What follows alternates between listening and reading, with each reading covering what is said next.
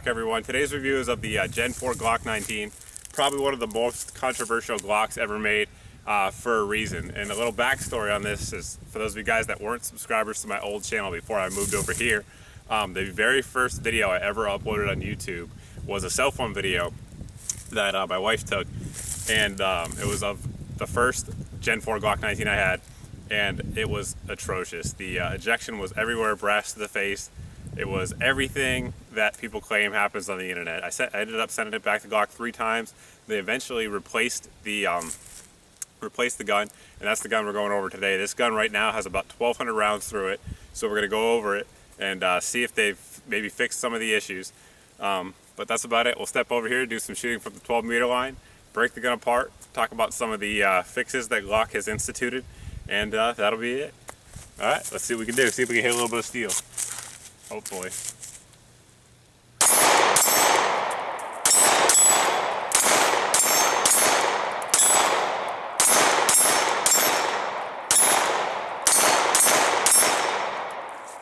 Well, I did my part today. The gun did its part. Up next, we're going to show the ejection pattern using some kind of cheap ammo that people often blame for their issues. We loaded up the gun with some of the most commonly blamed ammo for this brass to the face issue. People often say on the internet, oh, you guys are using that cheap Federal stuff, that's why you're having brass to the face. Well, I've been shooting Glocks for a long time. I've been shooting 9mm Glocks for a long time.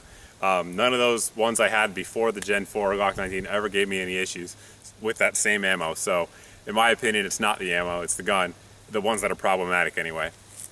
This one so far hasn't been problematic through the first 1,200 rounds or so, but we're gonna go ahead and put some rounds through, let you guys see what the ejection pattern looks like in the new updated Glock Gen 4 19, and you can judge for yourself.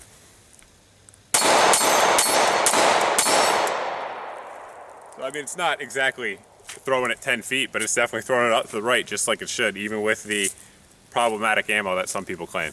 We'll go ahead and break the gun down like we always do. First thing you want to do is drop the magazine, set that off to the side, look inside the chamber, visually inspect that it is clear, it's clear, point the gun in the safe direction, pull the trigger, pull back slightly on the slide, pull down on these two little tabs, release the slide, take out your spring, and take out your barrel, and that is your field strip Glock pistol like always. One thing I'm going to point out though, while we're going over this, are the upgraded parts that Glock has upgraded since this gun was first introduced.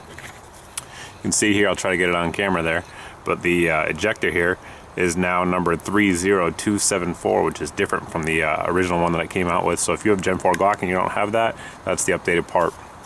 Additionally, here we go, you will see the 043 marked spring. I believe the original ones were just 04. Don't quote me on that, but those are the original ones. Also, Glock has changed, and now they are shipping out non-dipped extractors. You can see that little dip right there, that dip. That's the dipped one. I've never had a problem with the dipped one, but for those who are still having problems, Glock will send you, or your local Glock armorer, they will send you a non-dipped extractor that folks seem to be having a little bit of better luck with. As you saw today out there shooting, I don't have any problems with this one, but those are the updates that Glock has made to the Gen 4 pistol since it's come out. To put it back together, just go ahead and put it in reverse order, the way you took it apart. Put that spring back in there, and set it up on the rails like you do a regular Glock. Back to slide, and good to go. Your gun is back reassembled. One thing that always comes up every time I do a Glock review on here is people ask what the difference in generations are. I've covered it before, but for those of you guys that are just finding the channel here, we'll go over them real quick. For the Gen 4, you have the larger mag release here. You also have the interchangeable back straps, which this one here is the medium. Without the medium, it is a little bit smaller than the Gen 3 or Gen 2 grip. It also has a different grip texture here, which I prefer versus the Gen 3. The Gen 3s, a lot of people think are somewhat slippery, especially if your hands are wet, which I agree with that, they are. So improved grip texture, and they also have the spring in there, the dual recoil spring. So theoretically, it will last longer and not wear out as quick as the Gen 3 and the Gen 2. And also it, again, theoretically helps tame the recoil. I don't notice that. I have multiple guns in both Gen 3 and Gen 4. I don't notice the difference in recoil, but that's the theory anyway, that it does help that. So that's the difference between the Gen 4 and the Gen 3. As I spoke about earlier, the problems with the post-2010 Gen 4 Glock 19 as well as the Glock 17 seem to be real.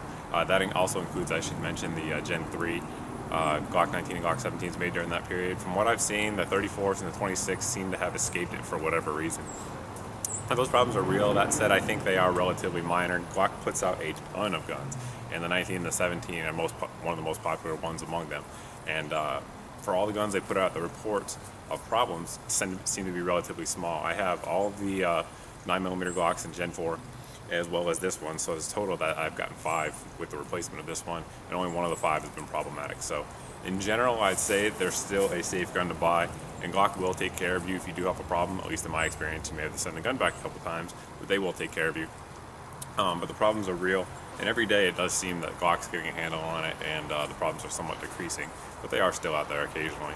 That said, there's still a Glock. They're good guns. The ones that work right, I should say. They're good guns.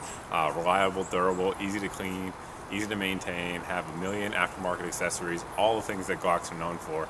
Unfortunately, they did put out a bad run of them. I mean, there's just no getting around it. I had one. It happened. But I still recommend them. I still like Glocks.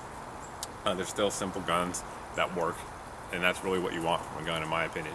But all in all, good guns, guys. Up next, we'll have a chronograph. But that'll be the end of the video. So as always, thanks for watching, thanks for subscribing, and we'll see you in the next video. We're gonna go top to bottom and fire 2 rounds of each, so the gold dots will be up first. Firing at a distance of about 7 feet.